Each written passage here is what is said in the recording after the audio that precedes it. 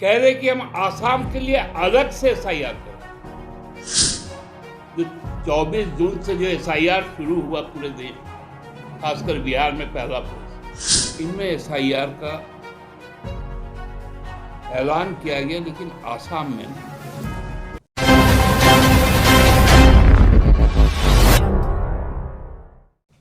आप लोग को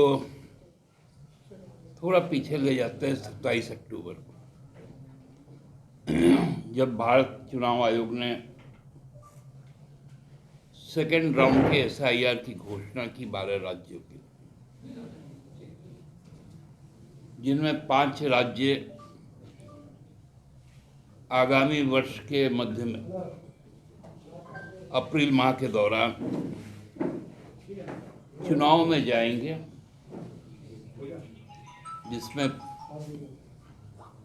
पश्चिम बंगाल, आसाम, तमिलनाडु, केरला और पुडुचेरी, ये 5 राज्यों में चुनाव होना है। तो इन 5 राज्यों में 4 राज्य, इसके अलावा बाकी 8 राज्य, जिसमें गोवा भी शामिल है, अंडमान निकोबार भी है, राजस्थान, गुजरात भी है, मध्य प्रदेश और उत्तर प्रदेश भी है, इनमें एसआईआर का ऐलान किया गया, लेकिन आसाम में नहीं किया गया। पूरे लगभग 1 वर्ष से भी ज्यादा समय से भारतीय जनता पार्टी के जो सर्वोच्च नेता हैं, देश के प्रधानमंत्री हैं,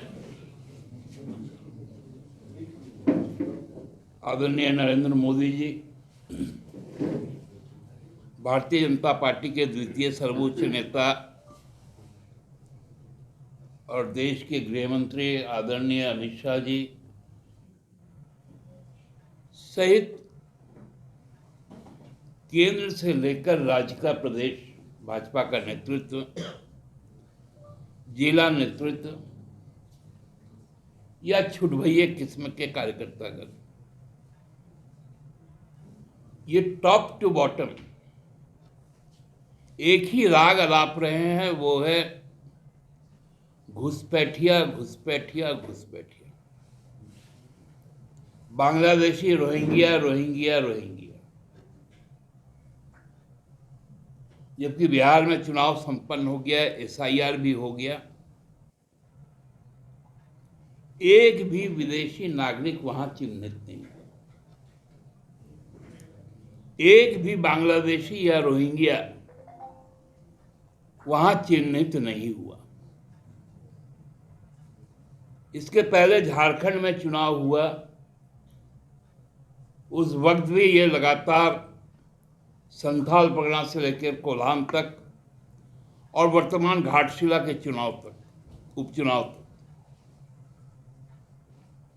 ये बाहरी और संप्रदाय विशेष को लेकर घुसपैठिए, वो भी बांग्ला भाषियों को बांग्लादेशी कहना, ये एक लंबा परंपरा रहा है।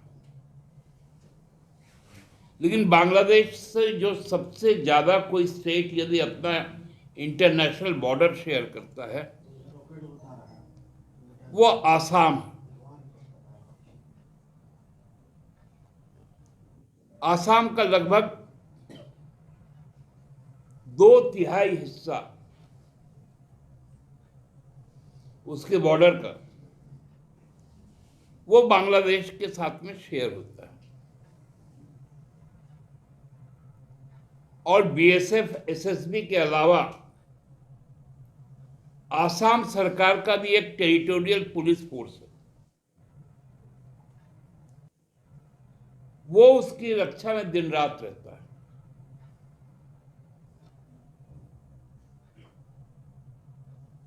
लेकिन वहां पर एसआईआर नहीं होगा। ये अजीब विडंबना है। जिस राज्य में सबसे ज्यादा इन्फ्लेटर्स हैं, सबसे ज्यादा घुसपैठ, ये भारत सरकार का कहना,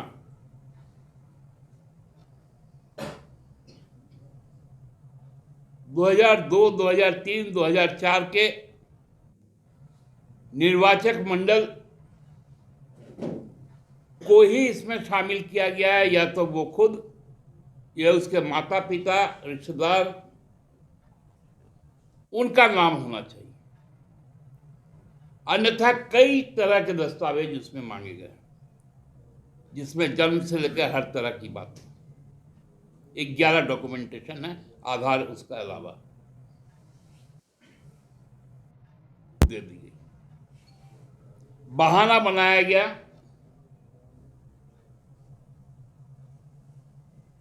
कि वहां सिटीजन्स रजिस्ट्रार का काम चल रहा है,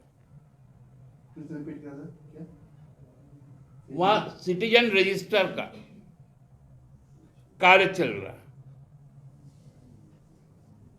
एनसीआर जिसको हम लोग कहते हैं, या एनआरसी भी कहते हैं।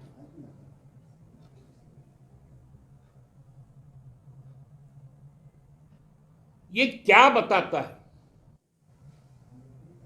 ये बताता है कि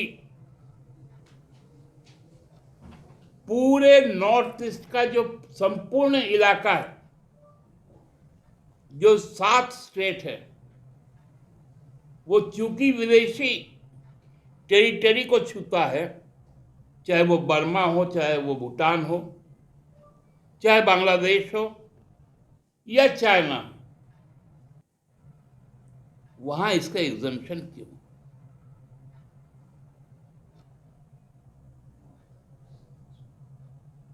क्या नॉर्थ ईस्ट देश का हिस्सा नहीं है?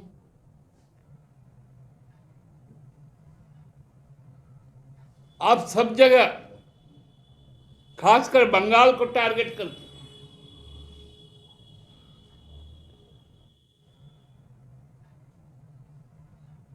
बंगाल को टारगेट करके आप एसआईआर करना चाहते हैं, ताकि ये धर्म विशेष के लोगों को उनके वोट के अधिकार से वंचित किया जाए।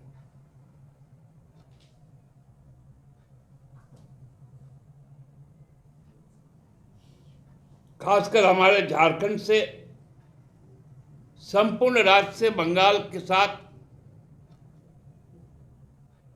शादी ब्याह का एक लंबा परंपरा रहा, क्योंकि भाषा लगभग एक, खान पान लगभग एक, रीति रिवाज लगभग एक,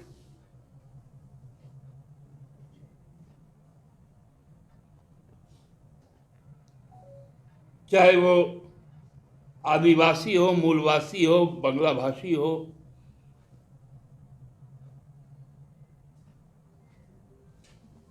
उनको वंचित करने का एक षड्यंत्र किया जा रहा है।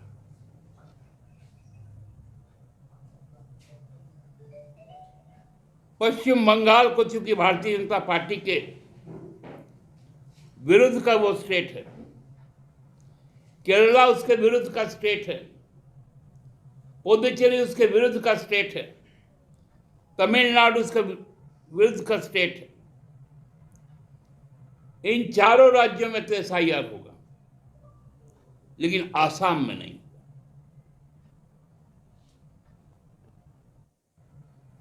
क्योंकि आसाम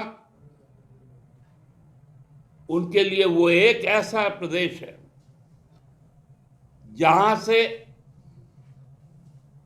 सांप्रदायिक सद्भाव को तोड़ने का काम किया जाता है, जहां से जातीय सद्भाव को तोड़ने का काम किया जाता है, जहां से भाषाई सद्भाव को तोड़ने का काम किया जाता है, वो राज्य आसाम। और ये भारतीय जनता पार्टी को सूट करता है, उसके राजनीति को सूट करता है।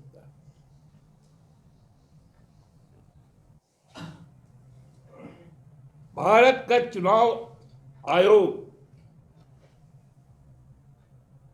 कह रहे कि हम आसाम के लिए अलग से एसआईआर करेंगे। भाई, उन एसआईआर के प्रावधान क्या होंगे? जो 24 जून से जो एसआईआर शुरू हुआ पूरे देश, खासकर बिहार में पहला फेज, उसका डॉक्यूमेंटेशन तो आपके पास है, आपने लिस्ट बना दिया।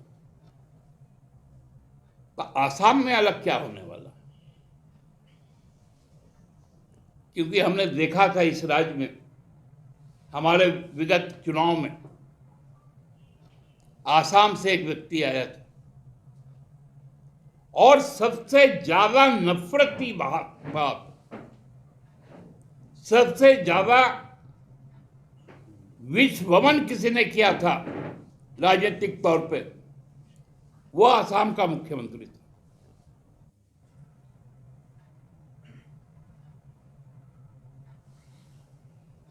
बाबूलाल मरांडी ने प्रेस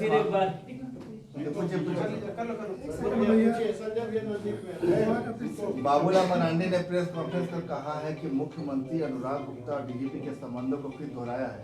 एक सुजीत सिन्हा नाम के अधिकारी, उनका जो क्रिमिनल है, जो जेल में बंद है, सुजीत सिन्हा, उसकी पत्नी का जिक्र किया है, मोबाइल का डाटा निकाला है जो जेल में है कि मुख्यमंत्री ने अनुराग गुप्ता को इसलिए पद से हटा दिया गया ताकि जो अनुराग गुप्ता के माध्यम से जो हिस्से का पैसा था वो नहीं पहुंच रहा था, इसलिए हटा दिया गया। देखिए, बाबूलाल जी को तो हमको लगता है कि देश का हमारा जो रॉ है, रिसर्च एंड एनालिटिक विंग, जो खुफिया जानकारी वैदेशिक मामलों में स्वदेशिक मामलों में लेती, उस रॉ का प्रमुख बना देना चाहिए। कौन सा डीजीपी कौन से क्रिमिनल के साथ कितना पैसे का लेन देन करता है, ये बाबूलाल जी को छोड़ के और कोई नहीं बता सकता। ना जो नेशनल सिक्योरिटी एडवाइजर है, ना अजीत डोभाल साहब बता सकते हैं, न सीबीआई के चीफ बता सकते हैं, और ना ही इंटेलिजेंस या विजिलेंस ब्यूरो के चीफ बता सकते हैं, ना ही एनआईए के चीफ बता सकते हैं। ये दिव्य दृष्टि प्रदत्त जो महाभारत में संजय था, आज कलयुग में वो बाबूलाल जी के नाम से जाना जाता है, जिनका तीसरा नेत्र बीच बीच में खुल जाता है और खुल के पूरा वो जो हम लोग देखते हैं ना, टॉर्च से आदमी खोजता है, लेजर वाला भी है आजकल, नीला रंग का या लाल रंग का स्पॉट पड़ता है उसमें। तो ये दिव्य पुरुष के बारे में बहुत ज़्यादा हम बोल नहीं सकते हैं, क्योंकि ये दिव्य ज्ञान उनको जब कोई रिटायर कर जाता है, जब कोई हट जाता है उसके विषय में तब आता है।